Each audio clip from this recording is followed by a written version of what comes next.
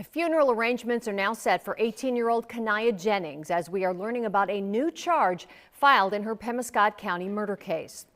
Jennings died after going to this home on Ash Street in Hayti back on November 3rd.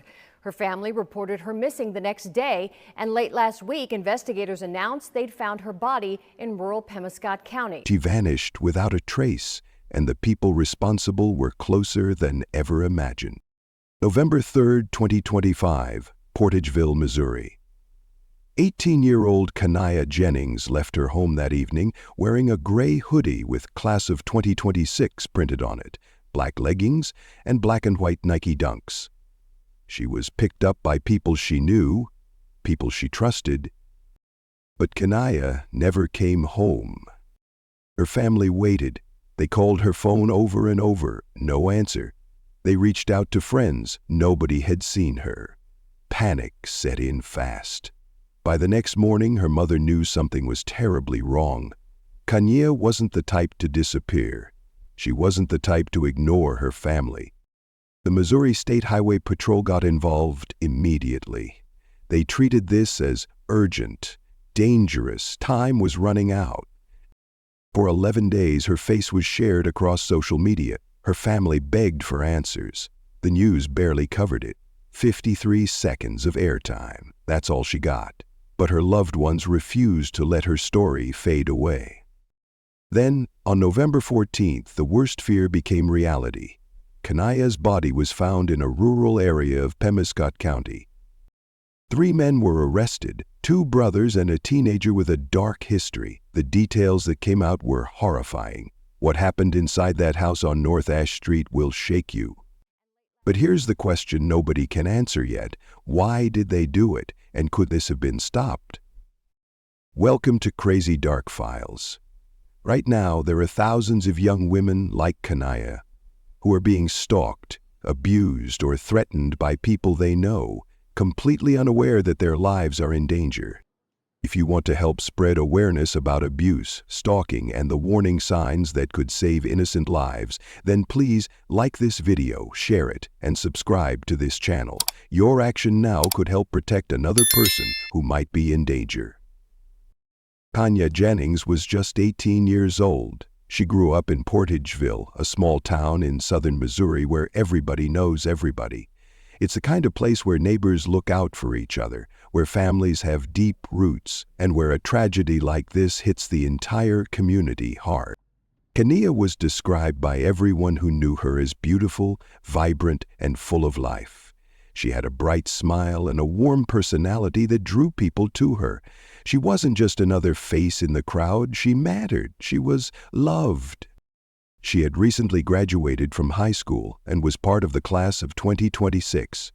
Her future was just beginning. She had dreams ahead of her, plans she was starting to build. But all of that was stolen from her in one night. Kanaya's family was everything to her. Her mother, in particular, has been open about the unbearable pain of losing her daughter. She's spoken publicly about the grief that consumes her every single day, the kind of pain that doesn't go away, the kind that makes it hard to breathe. She's described the loss as something that's killing her from the inside, a wound that will never heal. Kanya's loved ones worked tirelessly to keep her face in the public eye after she went missing. They shared her photo everywhere. They posted on social media. They reached out to news stations. They did everything they could to bring her home. But the media attention was minimal. Most outlets gave her story less than a minute of coverage. Her family had to fight just to be heard. The community rallied around them. Friends, classmates, teachers, everyone who knew Kanaya wanted answers. They wanted justice. They wanted her found safe. But as the days passed, hope began to fade. There's no public information suggesting Kanaya had children or was married. Her relationships, especially with the men who would later be charged in her death, remain unclear. There are hints of a prior connection, possibly with one of the accused, but the exact nature of that relationship hasn't been fully revealed. Kanaya was a young woman who deserved a long, happy life. She deserved to chase her dreams, to grow, to love, and to be loved. Instead, her life was cut short in the most brutal way imaginable, and the people responsible were not strangers. They were people she knew. November 3rd, 2025. That's the day everything changed for Kaniah Jennings and her family. That evening, Kanaya was at her home in Portageville, Missouri. According to the investigation, 3 men drove to her house and picked her up. She left wearing her gray hoodie with class of 2026 on it, black leggings, and her black and white Nike Dunk sneakers. She got into the vehicle with them and headed to Haiti, a nearby town just a short drive away. That was the last time her family saw her alive.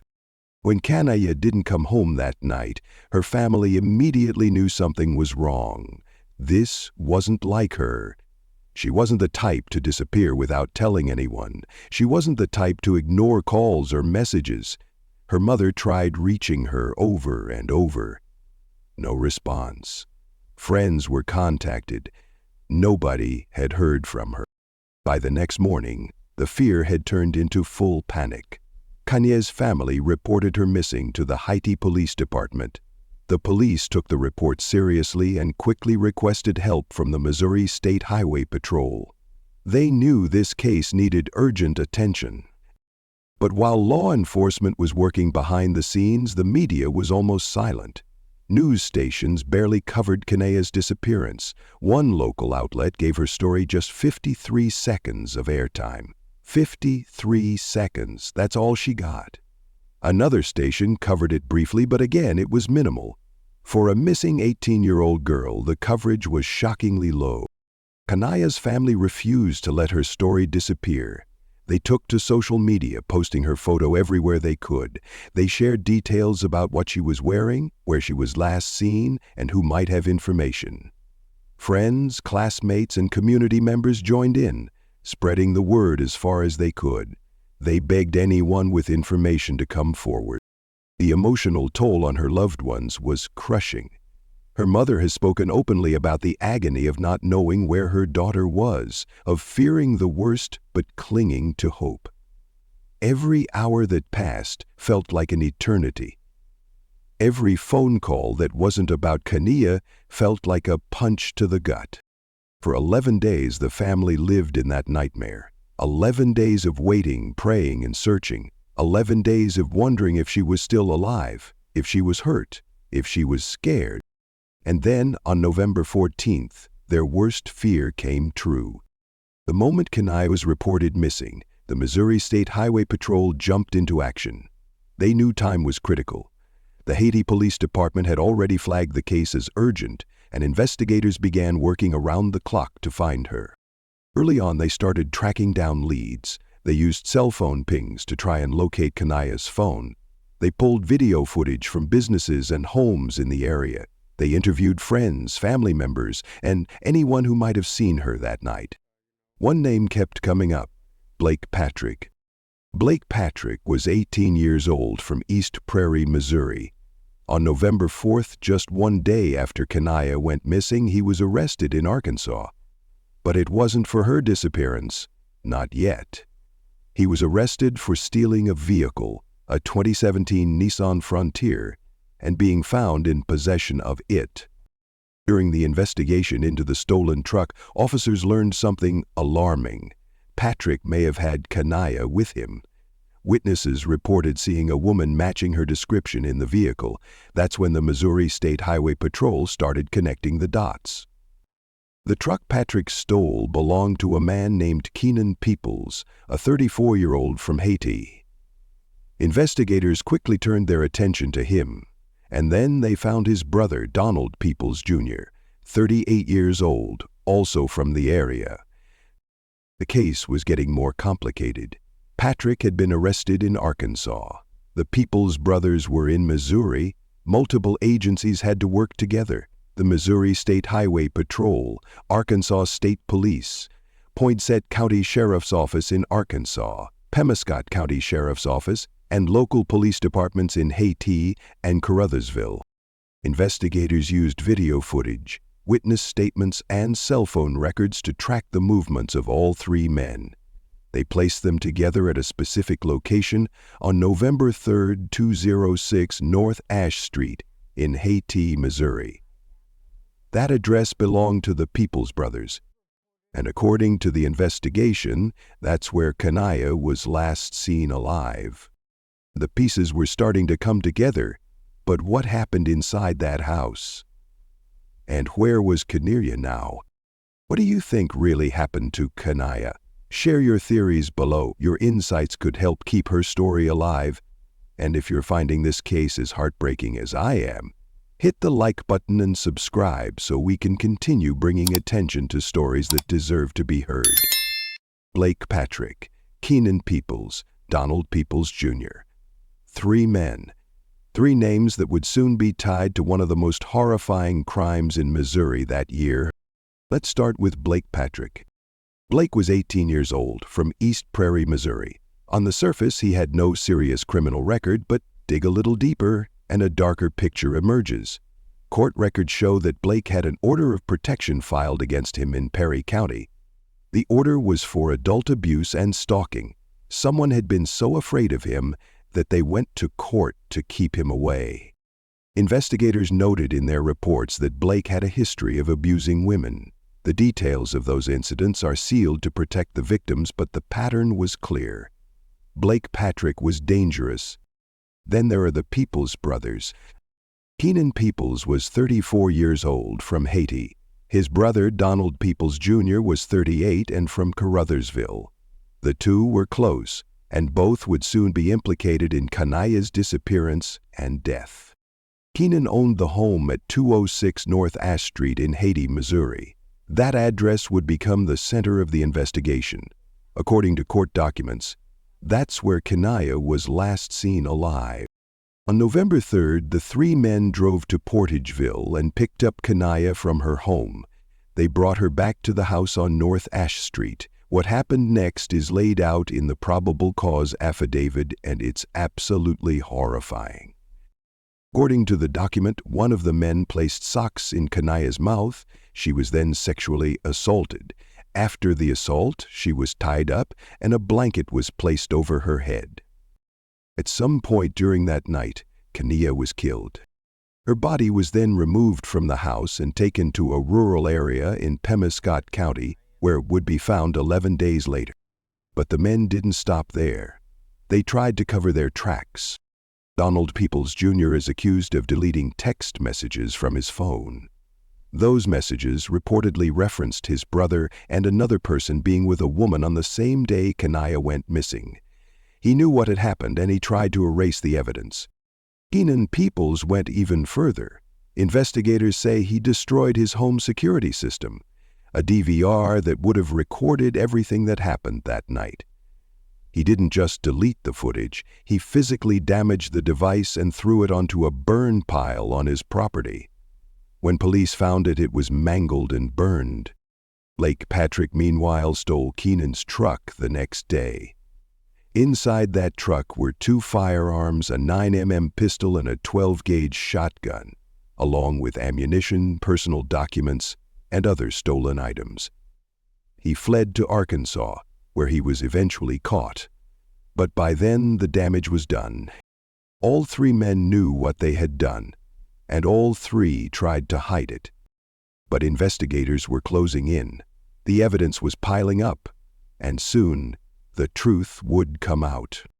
November 3rd, 2025. The night that changed everything.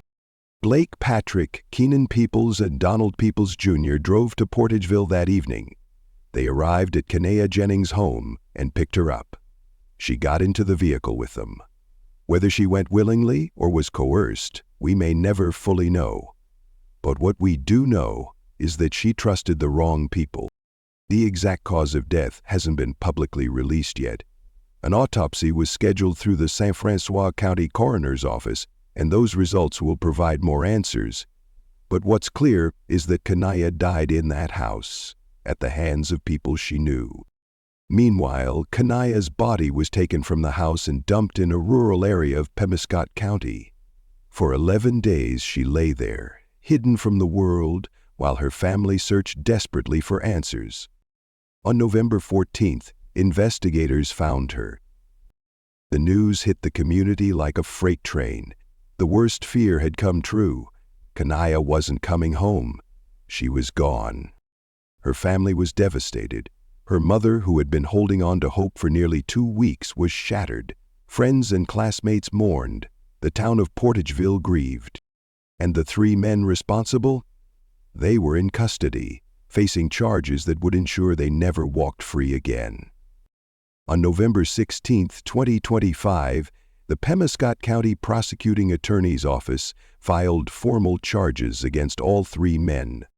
Keenan Peoples, 34, was charged with first-degree murder, first-degree kidnapping, first-degree rape, and tampering with physical evidence in a felony prosecution.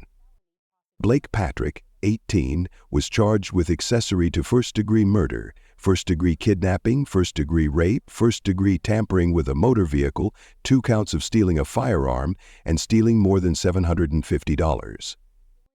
Donald Peoples, Jr., 38, was charged with accessory to first-degree murder and tampering with physical evidence in a felony prosecution. All 3 men were taken into custody. Keenan Peoples and Blake Patrick were held in the Pemiscot County Jail.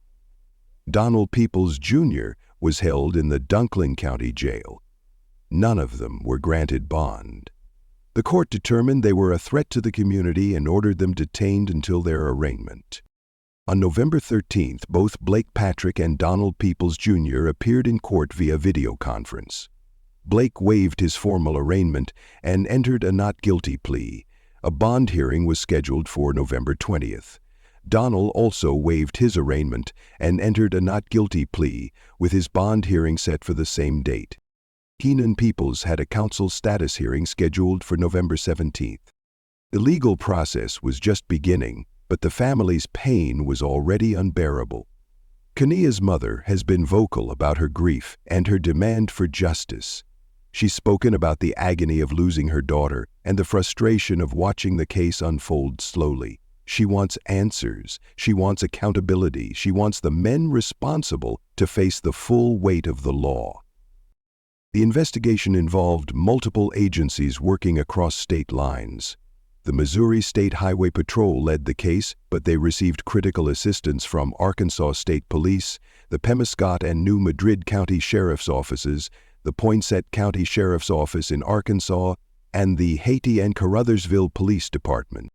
The cooperation between these agencies was essential. Without it, the case might never have been solved.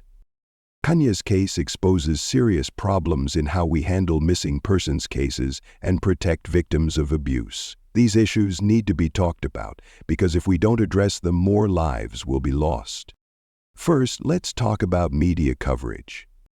When Kanaya went missing, the news barely covered it. One station gave her story 53 seconds. That's it. For an 18-year-old girl who vanished without a trace, that's unacceptable. Many missing persons cases, especially those involving young women of color or people from small towns, get little to no attention. Without media coverage, there's less public pressure on authorities to act quickly. There's less awareness, less help. Kaniah's family had to fight just to keep her face in the public eye. They shouldn't have had to do that alone. Second, there are major gaps in protection for victims of abuse and stalking. Blake Patrick had an order of protection against him. Court records show he had a history of abusing women. Yet he was still able to move freely, to commit more violence, and to be involved in Kanayah's murder. Orders of protection are important, but they're only as good as the enforcement behind them. Too often, abusers violate these orders with little consequence. We need better monitoring, stricter penalties, and faster responses when these orders are broken. Third, cross-jurisdictional investigations are complicated. Second, Blake Patrick fled to Arkansas. The Peoples brothers were in Missouri. Multiple agencies had to work together to track them down. That takes time, coordination, and resources. In this case, the agencies did an excellent job. But not every case gets that level of cooperation. We need better systems for sharing information across state lines, faster communication, and national databases that make it easier to track suspects who move around. Finally, community awareness and support are critical. Kaniah's family and friends did everything they could to keep her story alive. They shared her photo, posted updates, and begged for help. That kind of community involvement can make all the difference. When people care, when they share information, when they refuse to let a case go cold, it puts pressure on authorities and keeps hope alive. We all have a role to play, whether it's sharing a missing persons post, reporting suspicious behavior, or supporting victims of abuse. Every action matters. If you believe more should be done to protect victims like Kanaya, hit the like button and share this video. What changes do you think are needed? Let's discuss in the comments. Your voice matters, and together, we can demand better for the people who need it most. Kanaya's story is a tragedy, but it also teaches us important lessons. If we pay attention, we can help prevent cases like this from happening again. First, early intervention is crucial. If someone you know is being stalked, abused, or threatened, report it. Don't wait. Don't assume someone else will handle it. Blake Patrick had an order of protection against him for stalking and abuse. That was a warning sign. When we see red flags like that, we need to take them seriously. Authorities need to act quickly when reports come in, even if the person has no prior criminal record. Abuse often gets worse over time. Stopping it early can save lives.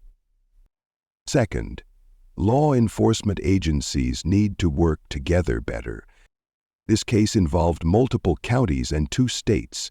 The Missouri State Highway Patrol, Arkansas State Police, and several sheriff's offices had to coordinate their efforts. They did a good job, but not every case gets that level of teamwork. We need better systems for sharing information across state lines, faster communication, and more resources for agencies working together. Third, we need to support victims and their families. Kaniyah's family fought hard to keep her story alive. They shouldn't have had to do that alone. Communities need to rally around families in crisis, share missing person posts, offer emotional support, donate to search efforts. Show up. Your involvement can make a real difference. Finally, we need to educate young people about healthy relationships. Too many people don't know the warning signs of abuse. They don't know when to walk away or how to ask for help. Schools and community programs should teach young people what a healthy relationship looks like, how to set boundaries, and where to go if they feel unsafe. Kanaya deserved better, and so does every person who's ever been hurt, threatened, or silenced. We can do better. We have to. Kaniah Jennings was only 18 years old. She had her whole life ahead of her, dreams to chase, places to go, people to love. But all of that was stolen from her on November 3rd, 2025. Her family will never get to see her graduate college. They'll never see her get married, start a career, or have children of her own. They'll never hear her laugh again or feel her hug. That pain doesn't go away. It stays with them every single day. Kaniyah's mother has been incredibly brave in speaking out about her grief. She's demanded justice, not just for her daughter, but for every victim whose story gets ignored. Her strength in the face of unimaginable loss is something we should all admire. To Kaniyah's family, friends, and everyone who loved her, your fight for justice has not gone unnoticed. You've kept her memory alive when the world tried to move on. You've made sure her name is remembered, and that matters. To everyone watching, don't let Kaniyah's story fade away. Share this video, talk about her case, demand better from the systems that are supposed to protect us. Speak up when you see abuse, support victims, be the voice for those who can't speak for themselves. Kaniah Jennings deserves so much more than what happened to her. She deserved safety. She deserved love. She deserved life. Rest in peace, Kanaya. Your story will not be forgotten. Thank you for watching. Please share this video, leave a comment, and subscribe to keep stories like Kanayah's alive. Justice for Kanaya.